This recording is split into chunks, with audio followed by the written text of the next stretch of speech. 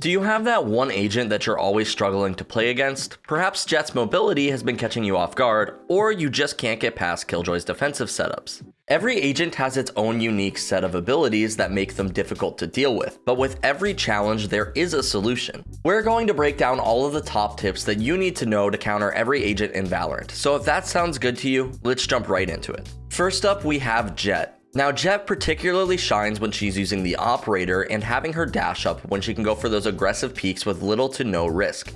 As a result, a key part of countering Jett is to force her to use up her dash and make it difficult for her to land those op shots. You can achieve this by using more informational abilities and flashes. For example, using Sova's dart or owl drone are great ways to spot out Jett and force her to be distracted, especially if you're able to tag or spot her out. She'll be a much easier target to pre-aim for, or she'll go for the owl drone, in which case your teammates can just peek off of it and kill her. Likewise, flashes from agents such as Skye, Phoenix, Reyna, KO, or Breach can achieve the same purpose to identify Jett or force her to dash and miss a shot. Another point that many players forget to take note of about Jett though is her recharge counter for her dash. If Jett grabs 2 additional frags while her dash is down, she can recharge it to have it again for use.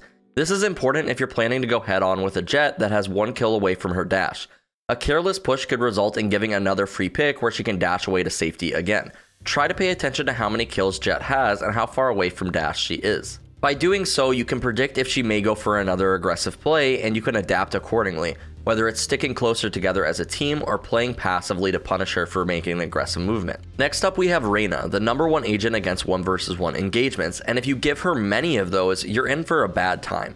Reyna shines in 1 vs 1 duels because she can heal back to full HP after each fight, or she can dismiss out if she feels like she's in a bad position. Especially if her ultimate is up, you do not want to be giving her multiple 1v1 fights. Sticking together as a team is going to be the best way to counter this agent, with the goal being that you want to overwhelm her and kill her off before she can kill one of your team members.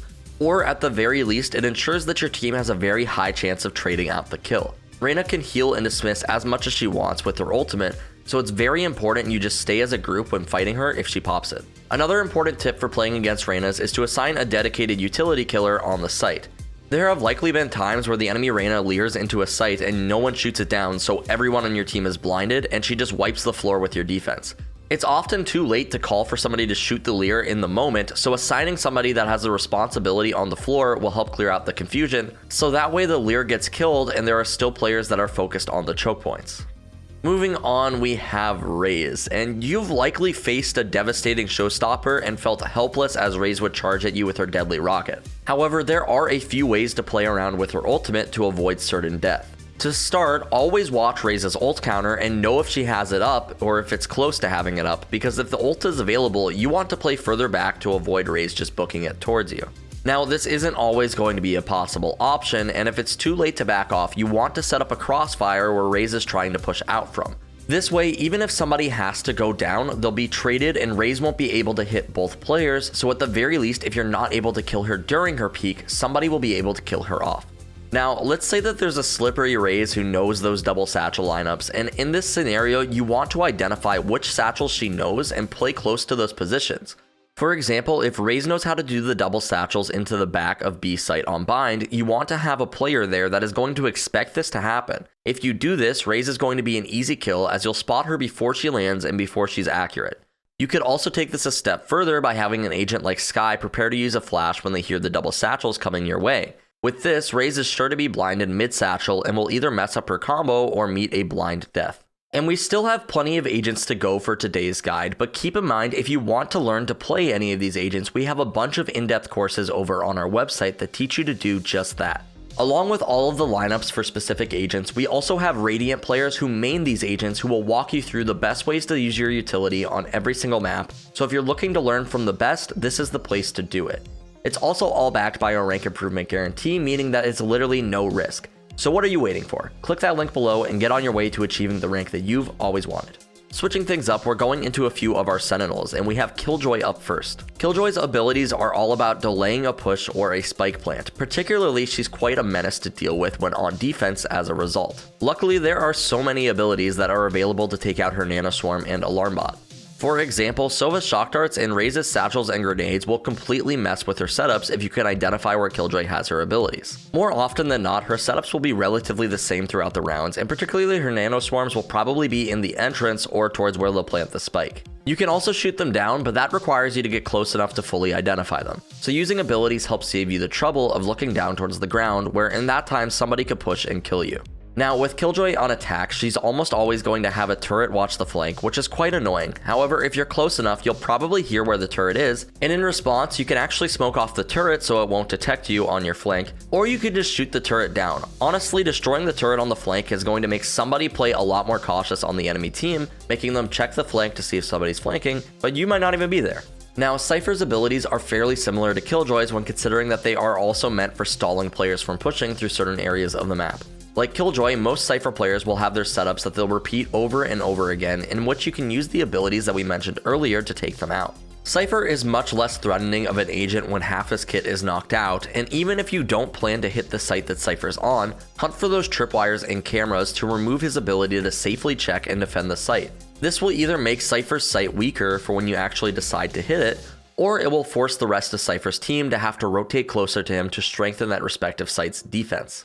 Going back to a few of our duelists though, we have Phoenix, whose biggest ability lies in his flash and ultimate. Particularly, you may struggle with Phoenix's ultimate when he runs at you and you don't know what to do. Because this is just a free life, it's really important that you don't just commit to fighting it in a 1v1 because there's a high chance that you'll actually get killed for nothing. Now, it doesn't feel great to just give up the space to Phoenix either, but this might be what's necessary if you're alone on site. However, sometimes you're in a situation where somebody can't really run from the Phoenix ultimate. In this situation, what you want to do is have a teammate grab the Phoenix's attention and then have the other teammate kill him when he's not looking at them. The player who is grabbing his attention should not be trying to full commit to the fight, but just being as annoying as possible instead, so the Phoenix looks away from the teammate who is stuck.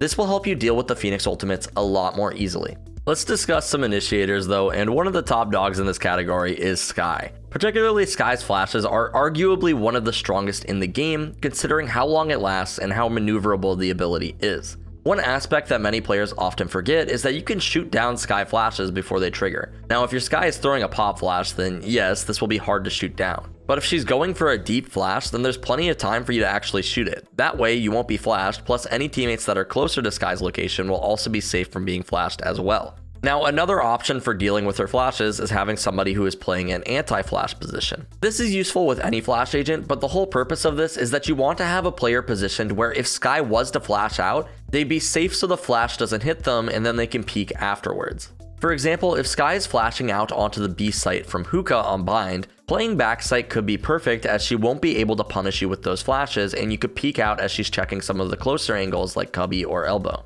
Next up, we have Yoru, and one of the most popular tactics that we've seen lately with Yoru is grabbing a shorty and using his ultimate to get close behind an enemy and then killing them quickly and TPing out to safety with their gun.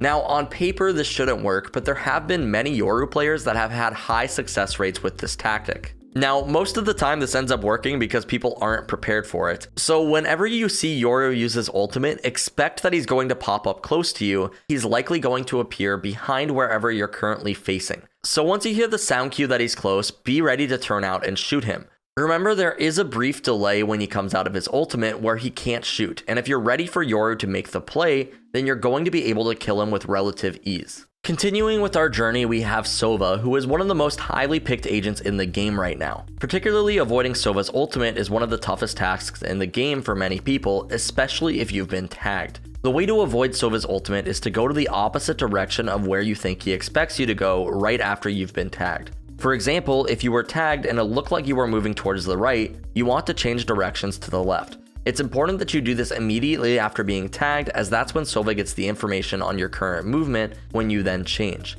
Another important thing to keep in mind is to take your knife out so that you have maximum movement speed to dodge the ultimate, and this is one of the key factors in dodging this. If you do get tagged and hit by Sova's arrow initially, which can happen even if you follow the first step, then what you want to do from here is run towards one direction and then immediately switch after he lands the first hit. Likely Sova's will continue along the original path that they hit you with, so this is the best way to prevent him from getting the second hit. For the final Sova ultimate, we suggest switching directions again, as most players will likely go the opposite way, once they realize they've missed. Point being, make it look like you're going one direction and then just switch the other direction once you think that you've sold this to him. One last thing to keep in mind with Sova's is just to remember to shoot his recon dart. Too many players, even in Immortal lobbies, will not shoot Sova recons, and it will result in their entire team dying because of it. Next we have Sage, and one of the biggest things that we see with players against Sage is not making enough presence to bait out and break her utility. Most Sage players will use their wall right out the gate, and if you hear them using it, you always want to break it as fast as you can.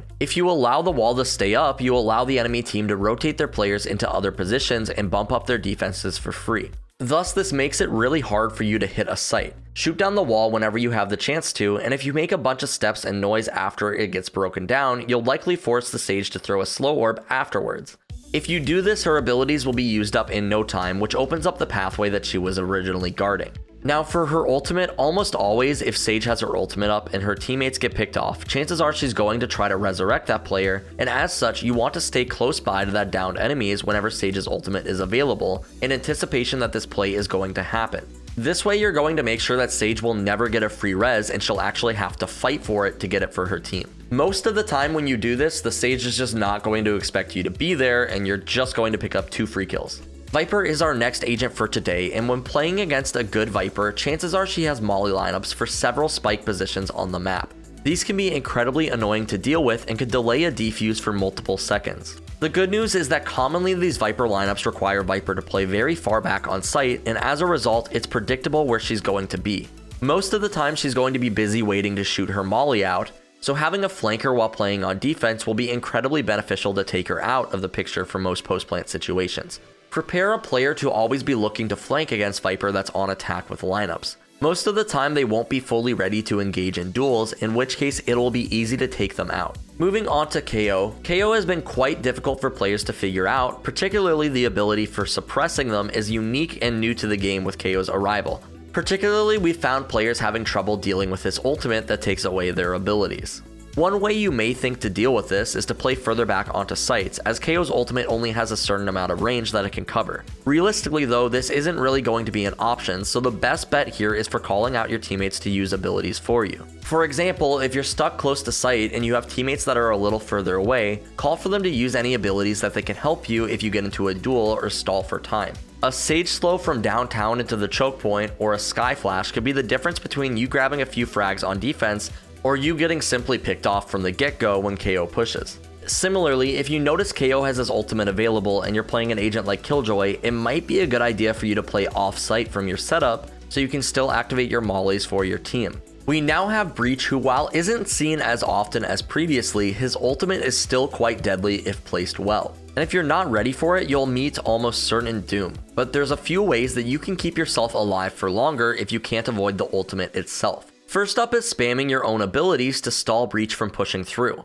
For example, firing constant Molotovs and flashes can be a highly effective way of slowing down the attack and giving yourself more time to reposition or survive long enough for the ult effects to wear off. The other option that can be done is using smokes to throw enemies off. For example, jet smokes are short lasting but can be used to obscure enemy vision on where you exactly might be. If you have 2, we suggest throwing both of them, as just having one smoke at a certain spot makes your location just a bit more predictable. Similar with these agents like Omen and Brimstone, we suggest throwing at least 2 smokes around you so that players have a tough time tracking the exact coordinates. This is more of a panic tactic though, and is only really usable if you're in severe danger. Speaking of smokes, Astra is quickly becoming one of the most common controllers used in the game with her unique ability kit. In particular, her ultimate can cause quite a bit of mischief in figuring out where the enemy team is located. In lower elos, we see many players afraid to push through this wall, and this is an appropriate reaction for most cases. However, when the wall is just about to bloom, if you're close enough to push through it before it fully pops, we suggest doing so that you can maintain sound cues on where the enemy players are positioned. Now, not every player in your team needs to do this, and you don't necessarily need to stay past the wall either. The goal is to find information safely before giving too much of an advantage to the attackers. So giving a quick push to get some intel on where the attackers might actually be is crucial to giving your team's defense or attack a chance. Following Astra, we have Brimstone, who like Viper has quite an annoying set of utility for post-plant situations. He has a very long-lasting Molotov in addition to his orbital strike that can delay for days. However, the timing for these abilities is trickier than what meets the eye. If you have full health, you can practically get a full defuse off despite him going for this play. If you anticipate the enemy Brimstone going for a molly and ultimate play, then you want to go for a quick defuse and try to get it to the halfway point. Many bad players will likely wait for the spike tap before they actually throw their Molotov, which is going to be too late to deal any damage before you can get the spike diffused halfway. Once the Molotov is off, if you're still in good health, you can straight up stick the defuse. It takes a few seconds for Orbital Strike to pop up, which you've already been nearly done with the defuse anyway. As the Brimstone expects your death, you'll be able to actually stick to the end and defuse the spike before getting killed by the Orbital Strike. For those who time their mollies well, this same tactic can be done with your teammate, where you take an initial Molotov damage and then your teammate can finish off the defuse from the halfway point with full HP. Halving the spike can be an incredibly important thing to do and can absolutely win rounds where they aren't normally winnable. Along with this, just the same as Viper, it can be a great idea to actually flank and try to find out where this Brimstone has his lineup set. And then last but not least, we have Omen. If you faced an Omen player before, you've likely met an unpleasant surprise while trying to go through one of his smokes.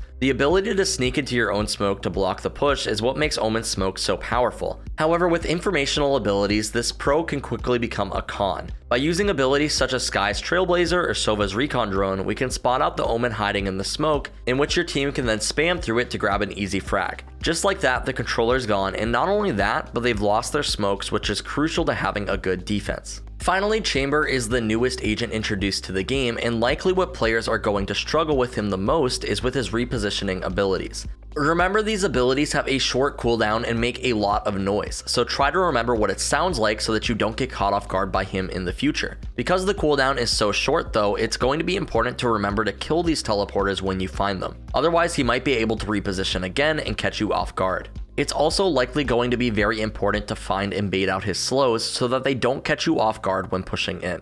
That's all that we have for today's video though, and we hope that you enjoyed it and learned something new. Before we go, remember that you can find all of our agent-specific courses over on the website, and that is all backed by our rank improvement guarantee, meaning that it's literally no risk. Go check it out. As always, my name is King, and we here at SkillCapped want to thank you all for watching. We'll catch you in the next one.